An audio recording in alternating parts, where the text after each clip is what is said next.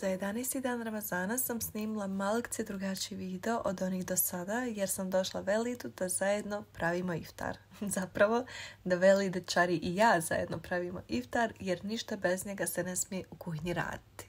Za iftar smo pravili naš provjereno dobar recept. Velid nam je pravio najbolja pileća prsa iz airfryera, a ja sam napravila piru, supicu i salatu da se možemo fino iftariti. Kako rekao na početku, u cijelom procesu je učestvovao i Čari koji je šef ove kuhinje izgleda, jer svaka stvar koja se u ovoj kuhinji napravi mora proći njegovu inspekciju. Srećom, mi smo na njegovo uplitanje navikli pa nam to apsolutno ne smeta.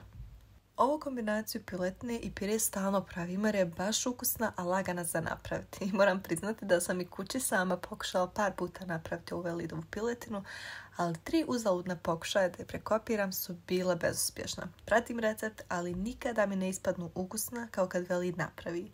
Tako da mora detaljni sastojak ljubav jer ja drugog objašnjenja nemam. Nakon što smo se iftarili, popili smo kaficu kući, čekali da se sve malo slegne i krenuli smo do baš čaršije da malo prošetamo. Međutim, toliko je hladno bilo večeras da smo ipak skratili tu šetnju i zaputili se na kafu Kamariju. Sada, uz kaficu sa predivnim pogledom na grad, za naš 7. zajednički Ramazan, ja ću ovdje lagano da završim ovaj video, a vama od srca da zaželim sretan i hajirli post i sutra.